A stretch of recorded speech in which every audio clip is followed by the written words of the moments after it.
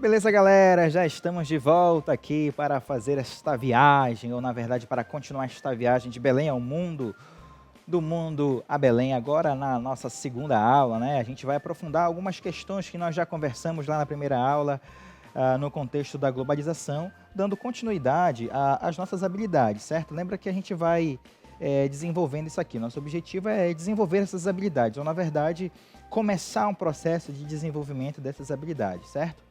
Que você, quando retornar para a sua aula presencial, vai ter a oportunidade de continuar isso também com o seu professor, ok? Então, já te mostrei isso aqui, que nós estamos tentando aí analisar fatos e situações para compreender a integração mundial, né, no seu complexo, nos seus âmbitos aí econômicos, políticos e culturais, no contexto da globalização, certo? E aí também a gente vai, principalmente neste bloco de agora, nós vamos acompanhar a atuação de algumas organizações mundiais neste processo de integração cultural e econômica, comparando sempre aí com os nossos lugares de vivência. Tudo bem? Ok? Beleza? Então, vamos seguir aqui, né? Então você viu já na primeira aula que, né, o mundo está cada vez mais integrado, tá? Integrado. E o principal elemento desta integração é a evolução técnica e tecnológica. Aí você pode se perguntar, professor, mas, poxa, nem todo mundo tem o recurso tecnológico e tudo mais. Bem, claro, isso aí, né, está dentro de uma outra discussão, uma discussão, né, política, econômica e também cultural, mas eu estou conversando aqui contigo, certo? Contigo que está aí, tem o recurso técnico, tem a televisão, tem o celular que você está assistindo a aula agora e tudo mais. Nós estamos, de certo modo, integrados, tá? Eu estou tentando transmitir conhecimento daqui, tentando desenvolver a sua aprendizagem daqui, e você vai tentando, então, a partir dessas informações, a partir daquilo que você também já tem, vai tentando transformar isso. O que eu quero te dizer é que essas possibilidades, elas ocorrem justamente porque há um desenvolvimento técnico, há um desenvolvimento tecnológico. Você precisa estar com isso grifado na sua cabeça, tá ok? Beleza? Vamos lá, vamos seguir. Quando a gente fala sobre essa integração, a gente lembra, né, dos blocos econômicos. E aí talvez seja um assunto ou um conteúdo que o seu professor ainda não tenha visto, porque geralmente a gente vê lá pelo segundo semestre, mas isso varia de escola para escola, tá ok? De contexto para contexto. Bem, nós temos a formação de blocos, e aí, claro, eu não vou me aprofundar, não vou descer na questão das formações, de zonas aduaneiras, na questão do que é uma união econômica monetária, eu não vou descer nessas classificações. Eu só quero te dizer que, como exemplo dessas uniões aí, ou dessa integração mundial no âmbito político e econômico, nós temos a formação de blocos, e esses blocos eles podem ser tanto bloco político quanto bloco econômico. Aí as imagens elas vão te revelar isso. Ó. Eu tenho, por exemplo, aqui, onde eu vou marcar, eu vou colocar aqui, né? Eu tenho aqui, ó, 4 bandeiras: Uruguai, Brasil, Paraguai e Argentina, né? Quem são esses 4 países? O que eles formam? Qual bloco que eles formam? É o Mercosul, ok? O Mercosul. Aí a gente não vai entrar nesse detalhe, só quero te lembrar que um exemplo dessa integração no âmbito político e econômico são a formação de blocos, ok? Nesse caso, um bloco econômico, onde você vai ter a redução de tarifas na transação ou no deslocamento das mercadorias, né? Então, um produto que vem do Paraguai para o Brasil, ele tem uma tarifa diferenciada justamente porque faz parte do Mercosul, ok? Mesma coisa quando se trata de produtos argentinos, perfeito? Ou uruguaios, tá? Eu tenho embaixo aí do Mercosul, eu tenho aqui então, né, o NAFTA, que também é uma zona de livre comércio, um bloco constituído por Estados Unidos, Canadá e México, ok? Zona de livre comércio, produto mexicano que vai entrar nos Estados Unidos tem uma tarifa diferenciada e vice-versa. Aí esse detalhe, mas com relação a essas tarifas, você vai acompanhar na sua aula com o seu professor, beleza? E aí nós temos aqui, né, do lado direito aí da sua tela, você tem então a bandeira da União Europeia, né? A bandeira da União Europeia, que é o bloco mais estável, eu diria, da atual conjuntura política e econômica do mundo, né? A União Europeia, formada aí por mais de 27 países, né? Alemanha, França, Itália, todos eles vão formar quase que a Europa como um todo, né? Não é 100% da Europa, mas quase que ali 100% da Europa, diria, sei lá, 80% dos países da Europa fazem parte da União Europeia, né? Então lá você tem, por exemplo, a livre circulação de pessoas. O que isso significa? É que um jogo, por exemplo, entre Paris Saint-Germain e Bayern de Munique, né, os torcedores vão poder circular livremente entre a França e a Alemanha, né? Coisa que você não consegue fazer aqui no Brasil. Você não consegue circular livremente daqui para o Peru, por exemplo. Ele precisaria, então, a não ser que tenha um outro acordo político que vise esse tipo de circulação. Mas na Europa, a livre circulação de pessoas ela é permitida dentro, né, do bloco, né, ou dentro da zona Schengen, se eu não estou enganada, este é o termo, ok? E aí, esse por último embaixo que eu coloquei, é para representar, na verdade, a formação de um bloco político, né? Que tem vários braços, que é a ONU, Organização das Nações Unidas. Ela intervém no mundo, ela é formada ali no final da Segunda Guerra Mundial para tentar, né? Um dos seus objetivos é apaziguar as situações de conflitos, né? Que ocorrem no mundo como um todo. E aí vários países fazem parte, tá? E aí tem lá o seu Conselho de Segurança, que tem lá um mecanismo complexo de se entender para que um país possa participar, então, deste Conselho de Segurança. Mas aí lembrando que eu só estou citando como exemplo de integração. Eu não vou descer nos detalhes das formações, das características de bloco ou de como é que funciona o Conselho de Segurança da ONU, tá? Só quero te situar aí no exemplo, perfeito? Então eu vou seguir aqui contigo, né? Como eu já te falei, aí, ó, Mercosul, NAFTA, União Europeia e ONU, né, como exemplos dessas integrações aí, políticas e econômicas, tá ok? Então, seguindo, né, lembro que eu falei para ti, então, até a questão do meio técnico. Lembrando do Milton Santos, nós temos o meio natural, o meio técnico e o meio técnico científico informacional. Aí eu lembro que te fiz uma pergunta na aula passada, mas professor, o que foi que aconteceu então ali na década de 70 para que nós possamos ter uma nova classificação então do meio, né, do ambiente? Então, ó, durante a década de 70, de 1970, ao desenvolvimento da chamada Terceira Revolução Industrial. E pelo que eu andei assistindo aí na nossa programação, a professora Cláudia Márcia já salientou um pouco disso para ti. Então você tem, ó, na Terceira Revolução Industrial, destacam-se as indústrias de alta tecnologia, desenvolvendo-se áreas da genética, da robótica, informática, telecomunicações, eletrônica, entre outros. Então, perceba que eu tenho um casamento importante, eu não tenho mais somente o meio técnico que eu estou grifando aí para ti, tá? Eu não tenho somente o meio técnico, ok?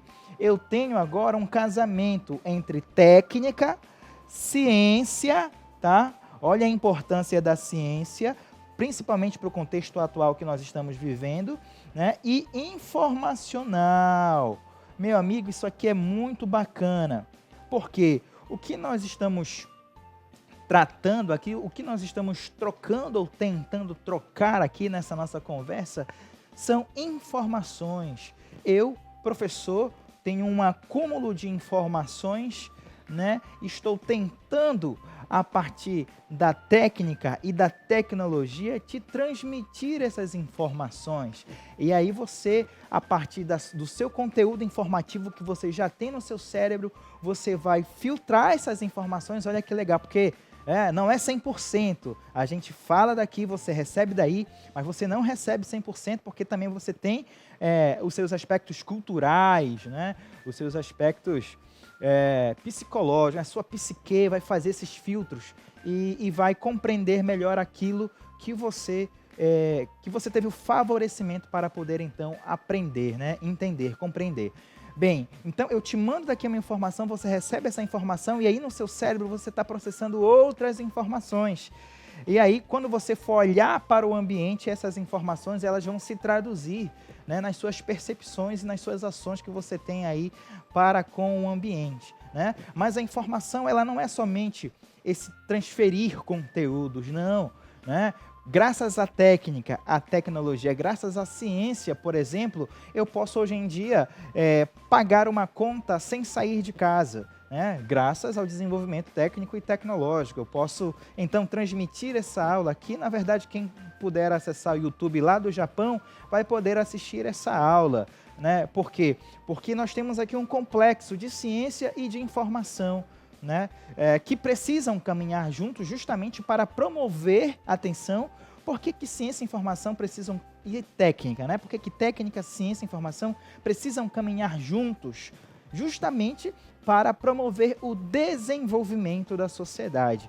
E aí, se de repente você está se perguntando, né, o que é o desenvolvimento da sociedade, também é um conceito muito relativo, porque você vai ter países, por exemplo, que julgam desenvolvimento como um transbordar de felicidades, né? Que seria o FIB, famoso FIB, Felicidade Interna Bruta, em contraposição ao PIB, que seria Produto Interno Bruto, que a maioria dos países estão, né, são voltados para produzir PIB, né, Produto Interno Bruto e tudo mais. Mas aí o desenvolvimento ele está relacionado, na verdade, à sua qualidade de vida. Então você vai processar essas informações. A técnica, a ciência e a informação serão elementos que vão te ajudar a ter melhor qualidade de vida. Então, quanto mais desenvolvimento técnico, científico e informacional, essa sociedade tende a ser mais desenvolvida, porque ela vai ter, em tese, a garantia de qualidade de vida na sua reprodução social. Beleza? Perfeito? Essa é a importância, né, do meio técnico, científico e informacional aí. Hoje em dia você, né, tem a questão da genética, tem a questão da robótica, muitas montadoras, inclusive essa terceira revolução industrial, ela inicia, né, com a fábrica da Toyota no Japão, né, com um modelo que nós chamamos de toyotismo, onde são robôs agora que vão fazendo o processo produtivo, né, e não mais o homem lá apertando o botão e tudo mais, né, mas apenas um controlando o processo produtivo todo lá, controlando então as máquinas, certo? Então tudo isso você vai ter em complexidade, se mostrando na paisagem e no espaço geográfico que nós estamos vivendo. Beleza? Deu para compreender aí? Vamos seguir aqui, certo? Temos muita conversa ainda. Aí isso me faz lembrar do que eu vou chamar de timeline. Timeline do avanço dos graus de apropriação da natureza. Então, se nós pudéssemos mapear no tempo essa evolução toda, né, nós vamos voltar na história para entender o próprio capitalismo, né, dividido em capitalismo comercial, né, dividido em capitalismo industrial, ok? Industrial, né? Capitalismo financeiro, e aí a partir da década de 70, já iniciando aqui o século XXI, você vai ter então o que nós chamamos de capitalismo informacional, tá? Perdão, seria capitalismo informacional ali, tá? Capitalismo informal, perdão, fui eu que errei, tá? Mas entenda, é informacional, ok? Justamente porque nós estamos dentro do meio técnico, científico, informacional. E aí, o que acompanha, então, toda essa timeline? Você tem aqui o capitalismo comercial como característica marcante do século XV até o século XVIII, né, num movimento aí de expansão colonial, principalmente das metrópoles europeias, né, você vai ter a existência das colônias de exploração e as colônias de povoamento. Aí você vai precisar lembrar das suas aulas de história nesse período. O elemento técnico, é interessante que o elemento técnico nesse momento marcante, né, que registra, né, a história, que marca, estou sendo, né, até redundante, né, para a história, né? O instrumento técnico que marca esse momento histórico aí são os navios, né, das grandes navegações, ok? Seguindo, você tem aí então a fase do capitalismo industrial, onde você tem ali no século XIX até mais ou menos 1914, você tem a questão do imperialismo europeu, que também você acompanha nos seus tópicos de história, né? A questão do Congresso de Berlim, a partilha da África e da Ásia, né? Onde você tem aí toda uma questão de exploração desses continentes. Qual é o elemento, qual é o instrumento técnico marcante, então, aí nesse capitalismo industrial? São as máquinas, né? O uso do petróleo e também a invenção da eletricidade, tá? Não te esquece aí, nesse momento de transição aí do próprio capitalismo, você tem a eletricidade como um avanço técnico, um avanço tecnológico para o período, ok? E aí, seguindo, você tem, né, ali pós Primeira Guerra, ou na verdade entre as grandes guerras aí, né, você vai ter ali a partir de 1945, na verdade pós Segunda Guerra Mundial, até basicamente 1970, em plena Guerra Fria, você vai ter um processo de descolonização desses países, então principalmente da África, né? Aí você vai ter uma noção de neocolonialismo, né, imperialismo, que também você vai descer mais, você vai descer melhor nas suas aulas de história, mas o que eu quero chamar a atenção aqui para ti é para o instrumento técnico, ou na verdade para o grifo, né? Para o grifo, para a marca técnica aí desse momento do capitalismo, que é então a corrida armamentista e corrida espacial, período do conhecimento da Lua, principalmente ali no contexto da Guerra Fria, né, entre Estados Unidos e União Soviética na época, tá? E aí, principalmente, né, a partir da década de 70, mas principalmente pós-queda do Muro de Berlim na década de 90, na verdade caiu em 89 o muro, né? Derrubaram o muro em 89, mas aí a partir de 90, então você tem a globalização se espraiando pelo mundo como um todo, provocando tudo isso que a gente já tem conversado, que é a questão da interdependência econômica e integração dos mercados. Essa questão da integração dos mercados é justamente a rede, né? E aí, quando a gente fala em rede, a gente lembra de internet, que aí eu estou citando, estou grifando aí para ti como um instrumento técnico com mais, né, ou como um processo técnico e tecnológico com mais com uma característica marcante, né, indissociável da realidade que nós estamos vivendo hoje, tá? Que é a internet. E aí essa integração dos mercados, ela se dá, o fruto da globalização, mas se dá justamente por causa das redes, né, que se estabelecem pelo mundo todo. Na verdade, o mundo todo, estou sendo redundante, os geógrafos vão querer me bater aí, né, se eu falar o mundo todo, mas principalmente em áreas onde há investimento em ciência, em técnica, em informação, né? Ciência, técnica, informação, tudo bem? São esses espaços aí, ok? E aí, de acordo com esse passeio que nós fizemos, com essa timeline do avanço dos graus de apropriação da natureza, aí lembra que isso não é uno, tá? Por exemplo, se eu olhar para a Amazônia, eu vou ter espaços que estão no meio técnico, científico e formacional, eu vou olhar para espaços que ainda estão no meio técnico e eu vou olhar para espaços que ainda estão, não diria nem ainda estão, né? Porque, na verdade, toda aquela perspectiva do que a sociedade quer do ponto de vista do desenvolvimento para o seu espaço, tá? Então, pode ser que seja desenvolvimento ainda viver no meio natural, como algumas teorias econômicas vão dizer para a gente, né? Como no caso do Buen Vivir, né? No Equador, entre outros países latinos, aí, como a Bolívia, por exemplo, tá? Não significa dizer que a tecnologia, deixa eu não ser incoerente aqui, não significa dizer que para desenvolver eu preciso da tecnologia. Preciso da tecnologia? Preciso da tecnologia conforme as minhas definições de desenvolvimento. Pode ser que eu queira continuar no meio natural, né? Continuar ainda lá com a canoa, comendo meu peixe, caçando, pode ser, sem problema nenhum. Isso aí é postura política de quem administra, então, o território, de quem administra o ambiente.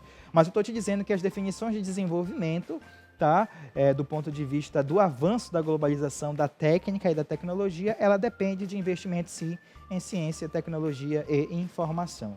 Beleza? Então é isso. Falando nessa timeline aí eu lembrei, né, de te contar também sobre a Divisão Internacional do Trabalho, que basicamente tu já viste isso desde lá, acredito que desde o 6º ano, lá nas suas aulas de história, né? No 7º ano, aula de história, que você vai passear ali também pela questão da formação do território brasileiro, você vai passar por um período colonial, por exemplo. Bem, a Divisão Internacional do Trabalho, que característica nossa aqui da geografia, vai te dizer qual é a função de cada país dentro do cenário econômico global, né? Então, dentro do cenário econômico global, cada país tem uma função. E aí isso é histórico. Aí você olha aí, né, para a fase do capitalismo comercial, que nós chamamos de colonialismo. Você tem as metrópoles, né, que né, exploram, então, né, ou que retiram, vamos ser assim, sinestésico, sei lá, vamos amenizar, enfim, as metrópoles que retiram das colônias, então, os metais preciosos, as especiarias, os escravos, entre outros, e enviam para as colônias as chamadas, então, manufaturas, ok? As chamadas manufaturas. Deixa eu só mudar a cor do nosso pincel aqui, acho que você está enxergando melhor agora, né? Pronto. Então, as metrópoles enviam as manufaturas. O que são as manufaturas, professor? Bem, são objetos técnicos que tinham alguma serventia, então, para a população que estava sendo dominada no período, né? Enfim, poderia ser tecidos, poderia ser espelhos, enfim, né? Entre outros instrumentos técnicos mais simples, né? Instrumentos técnicos mais simples, tá ok? Essas manufaturas. Bem, e aí você tem uma segunda fase, né, dessa DIT, que é aí do capitalismo industrial financeiro, que vai basicamente até a Segunda Guerra Mundial, período de consolidação dessa divisão internacional do trabalho, onde você tem agora os países, né, chamados de países industrializados, ou então metrópoles, né, na verdade são países industrializados, a partir da Revolução Industrial, envia então para as suas colônias de exploração alguns produtos industrializados, tá? E aí eu tenho, então, as colônias que continuam basicamente oferecendo, ou na verdade tendo os seus recursos naturais explorados aí pelos, então, países industrializados, ok? Pronto. Seguindo, eu vou ter aqui a questão já no capitalismo financeiro. Claro que isso é uma classificação geral, não é tão precisa, mas o que eu quero te lembrar, na verdade, te precisar aqui, conversar contigo, é a DIT, tá? A função aí, a data, ela não é tão precisa. Você se liga, então, na função de cada país em cada momento, tá ok? Vamos lá. Então, eu tenho, então, pós-Segunda Guerra Mundial, você tem a questão da nomenclatura de países desenvolvidos, né, e países subdesenvolvidos não industrializados. Então, continua-se a exploração dos países desenvolvidos sobre os subdesenvolvidos na questão dos seus produtos primários, tá? Que podem ser agrícolas, minerais e fósseis. E aí você tem o que o país desenvolvido envia, então, para um país subdesenvolvido? Envia, né, os produtos industrializados, que são aí também capitais, né? Fazem investimentos e também, né, empréstimos. Tudo bem, galera? Então, seguindo para uma última classificação aqui, eu vou ter uma nova DIT, né, pós-1990, já agora, século XXI, eu tenho, num contexto de globalização, essa nova DIT, né? Então, eu tenho países desenvolvidos, tá? Países desenvolvidos, que aí eu já te falei que esse desenvolvimento, neste caso aí, ele está atrelado à questão do investimento em ciência, tecnologia e informação, tá? Enquanto que os países subdesenvolvidos agora eles estão industrializados. Vá perceber a mudança, que os países desenvolvidos eles estão industrializados. Só que qual é o problema do país subdesenvolvido? É justamente não investir em ciência, tecnologia e informação. Vive ainda de produtos primários, produtos industrializados, de juros, né, de royalties e lucros, nesse sentido aí, tá? Então, o que então o país desenvolvido envia para a gente? Aí envia para a gente produtos com alta tecnologia, tanto que para que você possa ter um produto com alta tecnologia, dificilmente você vai encontrar no Brasil um produto, principalmente aqui, né, do ponto de vista do que nós estamos conversando aqui televisivamente, tá? Você pode até encontrar, não sei, né, com alta tecnologia, mas os produtos que vêm de fora, eles têm esse refinamento, né, no seu avanço tecnológico, tá? Aí você tem os capitais, os empréstimos, né, a questão do capital especulativo, que são outras coisas que vocês vão poder ver aí na aula com o seu professor. Tá ok? Tudo bem? Vamos seguir aqui. Então, galera, vocês gostaram aí de passear pelo mundo neste contexto de globalização, conhecendo os blocos e principalmente o desenvolvimento técnico e tecnológico, mas também algumas questões aí relacionadas à divisão internacional do trabalho. Mas é hora de voltar para casa, é hora de voltar para Belém e entender que todo esse processo global, ele não é homogêneo, ou seja, ele não é igual para todo mundo. E aí as culturas locais, elas também tentam se impor e fazer frente a todo este complexo, né, de territorialidade que vai se firmando ou tenta se firmar no espaço geográfico. E aí, voltando para Belém, nós vamos ter algumas características culturais específicas que vão, então, acompanhar o desenvolvimento da globalização, mas, ao mesmo tempo, também dando uma cara local a todo este complexo geográfico que nós estamos aprendendo agora. Acompanhe aí. Simbora! Então, o Fernandinho iLearning te disse que ele te disse basicamente o que o Mosaico de Ravenna já te disse, né? Aqui a gente toma Guaraná quando não tem Coca-Cola.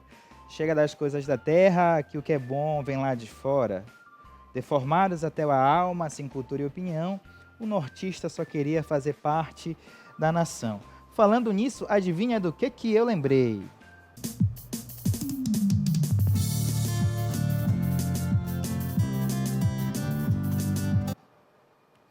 Pronto, eu lembrei que chegou a hora de nós voltarmos para Belém. Nós passeamos muito pelo mundo aí, né? Nesta segunda aula. Mas agora eu quero evocar, né, a questão local, na verdade a questão regional, porque essa música que eu vou tocar agora para você, ela remete a um fortalecimento do ser nortista, do ser amazônico, ok? Acompanha aí. Dispara aí, DJ Fagner.